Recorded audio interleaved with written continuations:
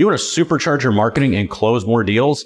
A well-constructed case study may be exactly what you need. I'm going to show you real quickly how to put a good one together.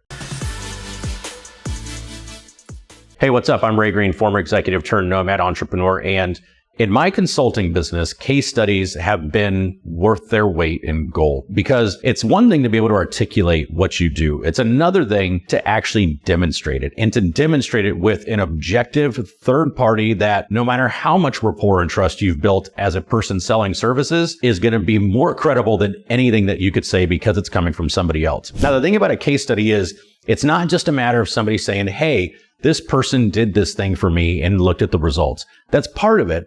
But a well-constructed case study, one that's going to be able to really work to convert people for you, is going to demonstrate first, relatability.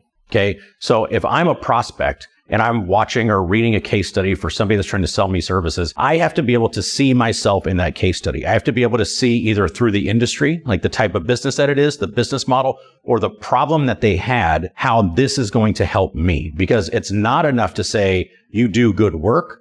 You have to say you do good work for me. You also want to be able to see where they were when they started working with you, where they are now as a result of working with you, with as quantifiable of results as you can, and what worked in between. Like, what was it that caused those results to happen? Now, I'm going to walk you through a handful of questions that you can use to put together a good case study. I personally like an interview style. Like, I like to get one of my clients on a Zoom call, something like that, where we can sit down, I can run through some questions, and at the end of this, what I have are two things. I have the full case study, right? Like the full video after it's edited and trimmed and cleaned up. We've got a full actual story. Okay. Then we can use that at any point in the funnel. But I also take that video and we can carve it up into little clips that we can use in social media. So this is the structure that I use for my case studies. I'll walk you through it question by question. The first thing I'm going to say in the interview: tell me about your company. Now, tell me about your company serves two purposes. One, somebody's doing a case study for you, let them get some exposure too. Like, if they're going to say, this is who I am, this is what I do, this is who I help, these are the services that I offer, it's also a chance for them to put themselves in front of potential prospects, right? So it does that. You want to make sure it's punchy and that it's short enough and that it doesn't go on forever, but help your client get some exposure. The other thing that it does is when they're telling you about their company,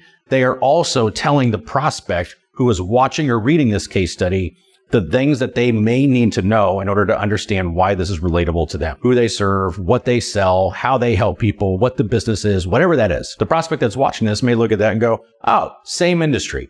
Now this is relatable. Now I can understand what that is. The second thing that I'm going to ask is, what were the challenges that you were facing when you started working with my company? Now, as the client is explaining, hey, these are the problems that I had. These are the challenges that I had. These were the things that I was facing that I couldn't solve on my own.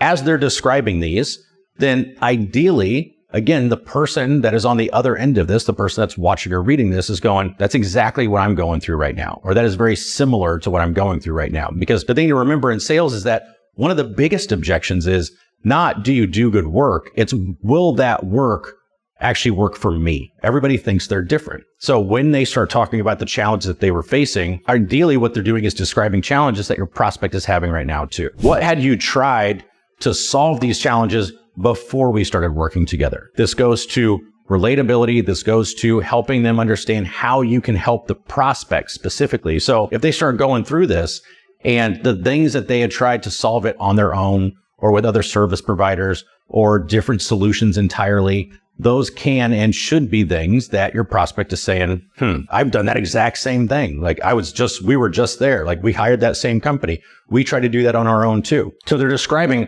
all the stuff that they had tried that didn't work, right? Like, they're now giving you the testimonial. They're giving you the case study. So these are the things that didn't work together. Can you describe the work you've done with me? This is where we want them to describe, what is the work that we've done? Okay, so they've already gone into, this is where I was. These are the things that I had tried up to this point. This is what we did, right? Once I hired you, once I paid you, this is the work that you started doing with me. Okay, then how is that different than what you'd done before? I love this question because this is all about differentiation. This is all about whether you have competitors, whether you have alternative solutions to your particular service or product, like all the different things that they had tried. And you're asking them, describe to me, how is that different? And they're going to walk you through that, and they're going to help you differentiate from other service providers and other solutions. What have the results been from our work together? Promise I can spell better. But what were the results? Okay. Where you were, now where we're at. Okay. We've talked about what we did in between to get there. What is there? What does that look like? And if this is done properly, then your prospect should start to be able to see themselves in some future state of having alleviated the pain or solved the problem that they're trying to address when they're talking to you or by hiring you. And then last but not least, I actually specifically ask at the end, who would you recommend my company to? Done well, they should describe the person that is reading this or watching this. Like that is the ideal state. The ideal state is they say, I would recommend this to this company, this person, this type of provider, whatever it is. And when they go through that description, when the person on the other end of that, this is exactly who you would recommend this to, either because it's the type of business that you are, or it's the type of problem that I'm currently having, or it's the type of pain that I'm currently experiencing. When this description matches me, I'm sold. I've now heard an objective third-party person go through this, describe me, largely me to a T, and very credibly demonstrate the results that they got, why they got them, where they were. This, I promise you, will help you close more deals. If you follow the structure with some of your rockstar clients that you've delivered kick-ass results for, get this recorded, get it trimmed up, start using it in your marketing. I promise it's going to help you boost your credibility and probably warm people up before they even show up to sales calls if you're doing sales calls. So leverage this. Let me know how it goes. If you have any other good questions, I'd love to hear them in the comments below. If this has been helpful, go ahead and subscribe to the channel for more business tips. Thanks for watching. Adios.